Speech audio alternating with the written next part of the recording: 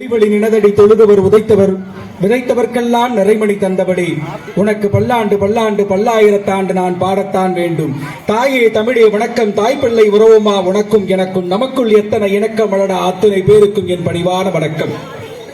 பெருமையோடு அமர்ந்திருக்கக்கூடிய பேரறிவாளர் தமிழ் செம்மல் பட்டிமன்றத்தினுடைய நடுவர் ஐயா பா சிவராஜ் அவர்களை முதற்கல் வணங்கி, என் அணியில் பேசி முடித்த திரு பாலாஜி அவர்களுக்கும், என் எதிரணியில் பேசிக் கொண்டிருக்கக்கூடிய ஆசிரியர் பெருமக்களுக்கும், இந்த பட்டிமன்றத்தினுடைய பேச்சை கேட்க வந்திருக்கக்கூடிய பொதுமக்கள் அத்தனை பேருக்கும் என் பணிவான வணக்கத்தை மீண்டும் சொல்லுவதிலே நான் பெருமை கொள்கிறேன். பரதநாட்டிய குழுவினருக்கும் வணக்கம் சொல்லிடுங்க.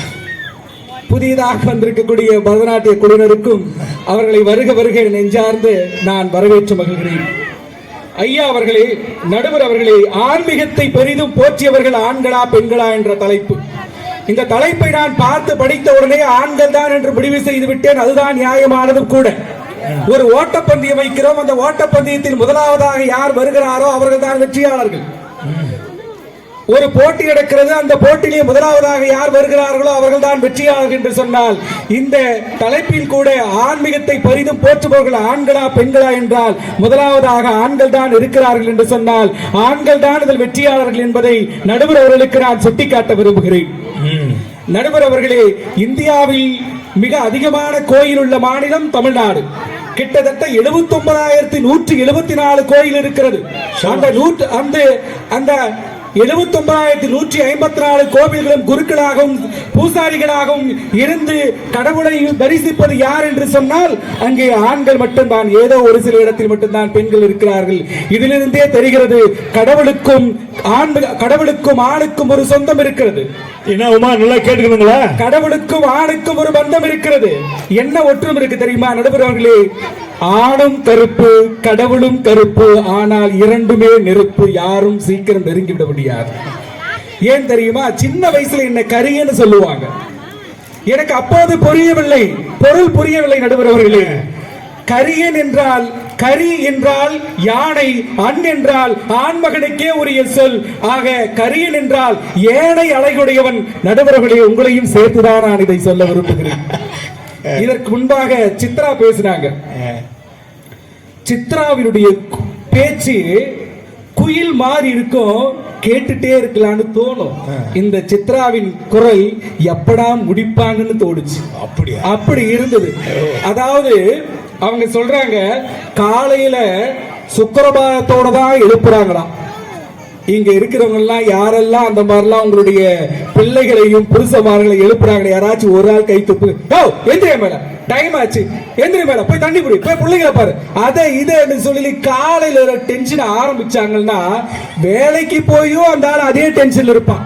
இப்படி எழுப்பக்கூடியவங்க சுக்கிரபாதத்தோட எழுப்புறாங்கன்னு சொன்னா இது நியாயமானவர்களே? இது அவங்களுக்கே தகுமா? இப்படி ஒரு ஓசை, இந்த மாதிரி ஓசையை கேட்கறதுக்கு எனக்கு ஒரு பாடல் ஞாபகத்துக்கு வருது. எவண்டி உன்னை பெத்தான் பெத்தான் பெத்தான் பெத்தான் கையில கிடைச்சா செத்தா, அந்த மாதிரி ஒரு பாடல் நடுவர்களை ஞாபகத்திற்கு வருகிறது. இப்ப எல்லாம் பெண் சிங்கங்கள் வேட்டையாடுகிறதா, நான் ஒத்துக்கிறேன், அதுல எந்த மாற்றங்கள் இல்லை.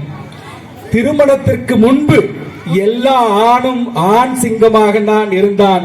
திருமணத்திற்கு பிறகு எல்லாம் அசிங்கமாக அவன் பெண் சிங்கத்தோடு சேர்ந்து மாறிவிட்டான். நடுவர் அவர்களே, அப்படிதான் இங்க இருக்கின்றது. நடுவர் அவர்களே, அருமையான ஒரு செய்தியை நான் சொல்லிவிட்டு நான் விடைபெற விரும்புகிறேன். 63 நாயன்மார்களில் பூசலார் நாயனார், அவர் சிவபெருமான் மீது அதிக பக்தி கொண்டவர். ஒரு கோயிலை கட்ட வேண்டும் நினைத்தான். அன்றைய காலத்தில் கோயிலை கட்ட வேண்டும் என்றால் பெரிய பெரிய செல்வந்தர்களால் அரசர்களால் மட்டும்தான் முடியும். ஆனால் இவரோ ஒரு வறுமையில் ஏழையாக இருக்கக்கூடியவர். இவர் எப்படி கட்டினார்? அவரால் அந்த பொருளாதாரம் இல்லை.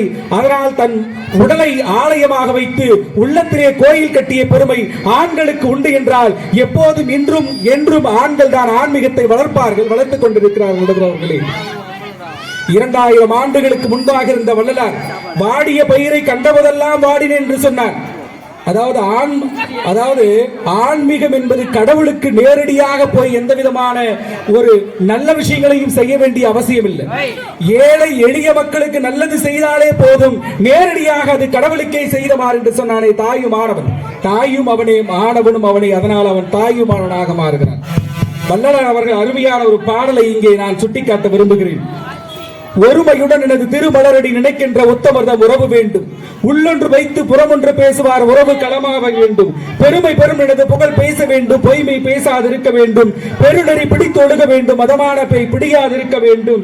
மறுவு பெண்ணாசை மறக்க வேண்டும். நின் கருணை வேண்டும். நோயற்ற வாழ்வில் நான் வாழ வேண்டும் என்று வள்ளலார் சொன்னார் என்றால் அப்பொழுதே சொல்லியிருக்கிறார், பெண்ணாசையை மறந்தால் தான் ஆன்மீகத்தை வளர்த்தெடுக்க முடியும் என்றால், இன்றைக்கும் பெண்ணாசையை மறப்பவர்கள் தான் ஆன்மீகத்தை வளர்த்துக் கொண்டிருக்கிறார்கள். ஏன் நடுவர்களே, இப்போது ஒரே ஒரு செய்தி நான் சொல்றேன். நான் அங்கிருந்து கார்ல வந்தோம். என்னை வரவேற்றது ஒரு ஆண். ரமேஷ் போகன் அவர்களும் வில்வநாதன் அவர்களும் என்னை வரவேற்றார்கள். இந்த கோயிலை சுற்றி காண்பித்தார்கள். அழகான ஒரு தரிசனத்தை கொடுத்தார்கள்.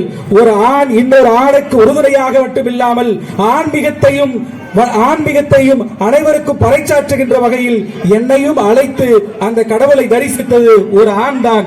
என்றைக்கும் ஆன்மீகத்தை பெரிதும் போற்றுபவர்கள் ஆண்களே ஆண்களே ஆண்களே என்று சொல்லி நல்ல வாய்ப்புக்கு நன்றி பாராட்டி விடைபெறுகிறேன். நன்றி, வணக்கம். எங்க